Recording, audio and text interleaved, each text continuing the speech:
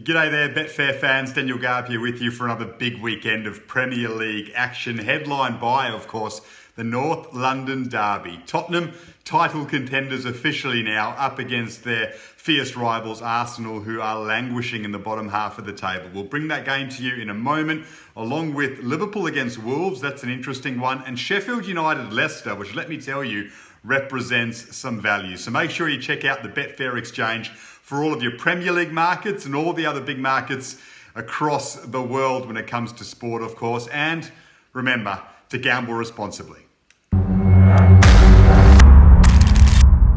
All right, so let's start with the North London Derby. Jose Mourinho at the moment has Tottenham in a very good place. They are organised in a very sound way behind the likes of Harry Kane and Heung-min Son, who do all the damage up front. And they've still got Gareth Bale to come back into full fitness and full confidence. That's a frightening proposition for opposition sides. I don't think they'll be an express team this season, Tottenham. I think they'll rely on everyone else just doing their job and then Kane and Son finishing off for them. And that's the way I see it going in this North London derby. I think Arsenal, who are in a terrible run of form right now, confidence in a shocking position and with some key players out as well, will struggle to match it with Tottenham when it comes to class, but they might just ensure that they maintain some pride and make it difficult for their rivals from North London. So I'm going for the Tottenham win and the under 3.5 goals, or the margin to be under 2, something like that, to add a bit of extra value for you. But Tottenham win, there can't be much doubt about that pick,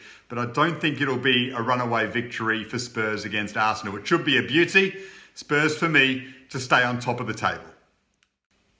Well, Liverpool against Wolves is an interesting one. The Reds unlucky last week to not get all 3 points against Brighton due to that last-minute penalty decision, but a huge victory against Ajax in the Champions League during the week to give them a bit of a boost despite all their injury concerns. They come up against a Wolves side, though, who will be reeling following the loss of Raul Jimenez with a fractured skull. It's a massive blow to them, considering how well he's played, leading the line for them for a season and a bit now. So I think they'll try and rally for him, but they'll just lack too much class up front. Liverpool are a bit short at the price. Maybe get them to cover the -1 handicap. That makes a lot of sense in this one. I think they'll view this as a huge opportunity, the Reds, to build on their Champions League win and start asserting their dominance as we get towards the Christmas time of the season. So Liverpool to win. Wolves a good side, but the loss of Jimenez, I think, will be integral for them heading into this one.